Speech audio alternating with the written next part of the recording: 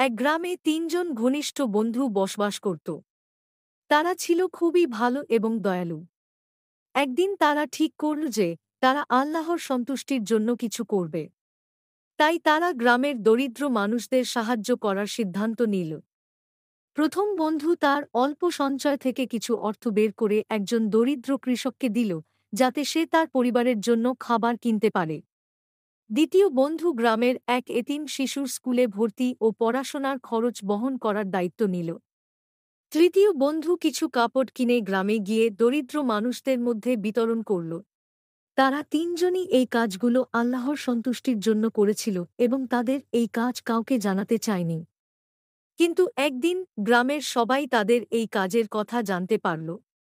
তখন তারা তিনজনই ভাবল এই কাজ গোপনে করার উদ্দেশ্য ছিল, কিন্তু সবাই জেনে যাওয়ায় তাদের উদ্দেশ্য বিফল হয়ে গেল।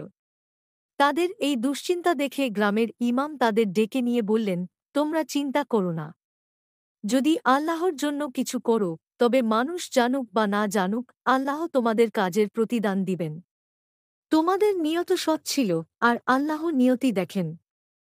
ইমামের কথা শুনে তিনজন বন্ধু আশ্বস্ত হল এবং সিদ্ধান্ত নিল তারা আগামীতেও এইরকম ভালো কাজ করতে থাকবে, কিন্তু কখনো রিয়া বা গর্ব করবে না। এভাবেই তারা আল্লাহর সন্তুষ্টি অর্জনের জন্য নিজেদের জীবন উৎসর্গ করে দিল। এই গল্প থেকে আমরা শিখতে পারি, সৎ উদ্দেশ্যে আল্লাহর জন্য করা যেকোনো কাজ কখনোই বৃথা যায় না, বরং আল্লাহ এর জন্য উত্তম পুরস্কার দান করেন।